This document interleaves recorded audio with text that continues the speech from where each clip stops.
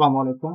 সুপ্রিয় শিক্ষক এবং শিক্ষার্থী বৃন্দরা, আশা করি সবাই ভালো আছেন। আজকে আমরা আলোচনা করব ২০২৪ শিক্ষাবর্ষের ষান্মাসিক সামস সামষ্টিক মূল্যায়ন কার্যক্রম পরিচালনার জন্য শিক্ষা প্রতিষ্ঠানসমূহের জন্য সাধারণ নির্দেশনা। অর্থাৎ শিক্ষা প্রতিষ্ঠানের যেসব নির্দেশনা দেওয়া হয়েছে সে সম্পর্কে আমরা জানবো। আমাদের ১ নম্বর নির্দেশনা আছে যে জাতীয় শিক্ষাক্রম ২০২২ আলোকে আগামী ৩/৭ ২০২৪ থেকে ৩০/৭ ২০২৪ পর্যন্ত শিক্ষকদের জন্য ষষ্ঠ থেকে ষান্মাসিক সামষ্টিক মূল্যায়ন অনুষ্ঠিত হতে যাচ্ছে। মূল্যায়ন কার্যক্রম পরিচালনা, সময়সূচি এবং বিষয়ভিত্তিক সর্বশেষ কোনো অভিজ্ঞতা অধ্যায় পর্যন্ত ষান্মাসিক সামষ্টিক মূল্যায়ন আওতা আসবে তা ইতিমধ্যে প্রেরণ করা হয়েছে। অর্থাৎ ইতিমধ্যে যেটা সিলেবাস আকারে প্রকাশ করা হয়ে গেছে এবং এখানে ২ নম্বরে বলছে ষান্মাসিক আ সামষ্টিক মূল্যায়ন শিক্ষক অভিজ্ঞতা বাধ্যবাধকতা নির্দেশক সমূহ নৈপুণ্য অ্যাপে ইনপুট দিতে হবে। ৩ নম্বর বলছে যে মূল্যায়ন কার্যক্রম চলাকালীন অর্থাৎ ৩/৭/২০২৪ থেকে ৩০/৭/২০২৪ পর্যন্ত নির্দিষ্ট দিবসের মূল্যায়ন কার্যক্রম ব্যতীত ষষ্ঠ থেকে নবম শ্রেণীর কোনো শ্রেণী কার্যক্রম পরিচালনা করা যাবে না। প্রেরিত সময়সূচি অনুসারে নির্ধারিত দিনে একটি বিষয়ে মূল্যায়ন অনুষ্ঠিত হবে। অর্থাৎ নির্ধারিত বিষয়ে মূল্যায়ন কার্যক্রম নির্ধারণ দিনেই শেষ করতে হবে। পূর্বের ন্যায় কোনো একটি বিষয়ে মূল্যায়ন কার্যক্রম একাধিক দিনে সম্পন্ন করা যাবে না। অর্থাৎ আপনি যখন যে বিষয়টা মূল্যায়ন করবেন সে বিষয়টাই সেদিনই শেষ করে দিতে হবে। অর্থাৎ একদিনে সেটা সম্পন্ন করে দিতে হবে। ৫ নম্বরে আছে যে বিষয়ভিত্তিক মূল্যায়ন কার্যক্রম নির্ধারিত দিনে সর্বোচ্চ ৫ ঘন্টা। এখানে বলেছি সর্বোচ্চ ৫ ঘন্টার মধ্যে সম্পন্ন করতে হবে। তবে মূল্যায়ন কার্যক্রম উপর নির্ভর করে একটি মধ্যবর্তী বিরতি দেওয়া যেতে পারে। অর্থাৎ আপনি মধ্যবর্তী একটা বিরতিও দিতে পারবেন।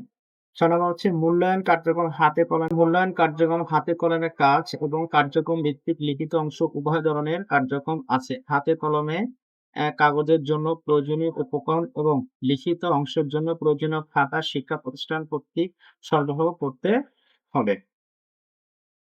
এরপরে আছে যে বিষয়ভিত্তিক মূল্যায়ন উপকরণের বৈচিত্র্য রয়েছে, যা বিস্তারিত মূল্যায়ন নির্দেশিকা উল্লেখ করা থাকবে। মূল্যায়ন কার্যক্রম পরিচালনার জন্য শিক্ষা প্রতিষ্ঠান কর্তৃক উপকরণ সরবরাহের জন্য সাধারণ নির্দেশনাসমূহ নিম্নরূপ। ধরনের উদাহরণগুলো দেখতে পাচ্ছি এবং মূল্যায়ন কার্যক্রম ক নম্বরে হচ্ছে আমাদের হাতে কলমে কাজ, শিক্ষার্থীর সংখ্যা বিবেচনা, পোস্টার তৈরির জন্য সাদা রঙিন কাগজ, সাইন পেন, কাঁচি, আটা বা ঘাম এগুলো লাগতেছে, এই উপকরণগুলো লাগতেছে। আমরা স্ক্রিনে দেখতে পাচ্ছি এই উপকরণগুলো লাগবে। তারপরে হচ্ছে খ নম্বর লিখিত অংশ, ১৬ পাতার খাতা, প্রয়োজনে অতিরিক্ত পাতা সরবরাহ করতে হবে।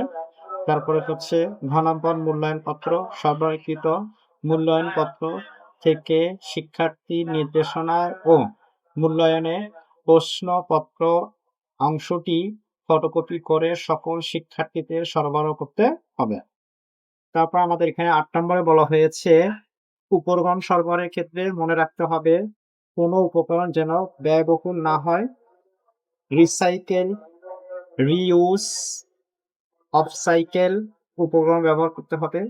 অভিভাবক বা শিক্ষার্থীর উপকরণ সরবরাহের জন্য কোনো নির্দেশনা প্রদান করা যাবে না। অর্থাৎ অভিভাবককে কোনো নির্দেশনা প্রদান করা যাবে না। মূল্যায়ন কার্যক্রম পরিচালনার জন্য শিক্ষার্থীদের অভিভাবকের নিকট থেকে সীমিত পরিমাণ মূল্যায়ন কার্যক্রম পরিচালনা ফি নেওয়া যেতে পারে। অর্থাৎ সামান্য পরিমাণে কিছু ফি নেওয়া যেতে পারে।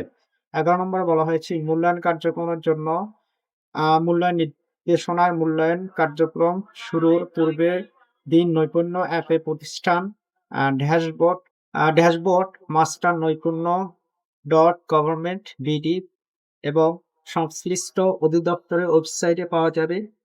বিষয়ভিত্তিক মূল্যায়নের নির্দেশনা মূল্যায়নের কার্যক্রমের সময়সূচি অনুসারে নির্ধারিত দিনের পূর্বে দিন পাওয়া যাবে। অর্থাৎ নির্ধারিত পূর্বের দিন পাওয়া যাবে এখানে বলে দেওয়া হয়েছে। আমাদের এখানে ১২ নম্বর মূল্যায়ন নির্দেশনা শিক্ষকের জন্য করণীয় অর্থাৎ শিক্ষক যে কাজগুলো করবে শিক্ষার্থীদের জন্য করণীয় এবং মূল্যায়ন পত্র শিক্ষার্থীদের জন্য করণীয় আছে এখানে। মূল্যায়ন পত্র শিক্ষকের জন্য পর্যবেক্ষণ, চেক লিস্ট এবং মূল্যায়ন কার্যক্রম পরিচালনার জন্য বিষয়ভিত্তিক উপকরণ বিবরণ থাকবে। ষান্মাসিক সামষ্টিক মূল্যায়নের কার্যক্রম পরিচালনার শেষে শিক্ষার্থী অর্জিত পারদর্শিতা, এখানে অর্জিত যে পারদর্শিতা আছে সেগুলো রেকর্ড ভিত্তিক নৈপুণ্য অ্যাপে পারদর্শিতার নির্দেশক পিআই নির্দিষ্ট সময়ের মধ্যে ইনপুট দিতে হবে। অর্থাৎ এখানে সবগুলো কাজ করার পরে অবশ্যই আ আ ষান্মাসিক সামষ্টিক মূল্যায়ন যে নতুন অ্যাপ আছে, এই নতুন অ্যাপের মধ্যে সবগুলো ইনপুট দিতে হবে। আশা করি সবাই বুঝতে পেরেছেন। আ সবাই ভালো থাকবেন, সুস্থ থাকবেন। সকলকে ধন্যবাদ।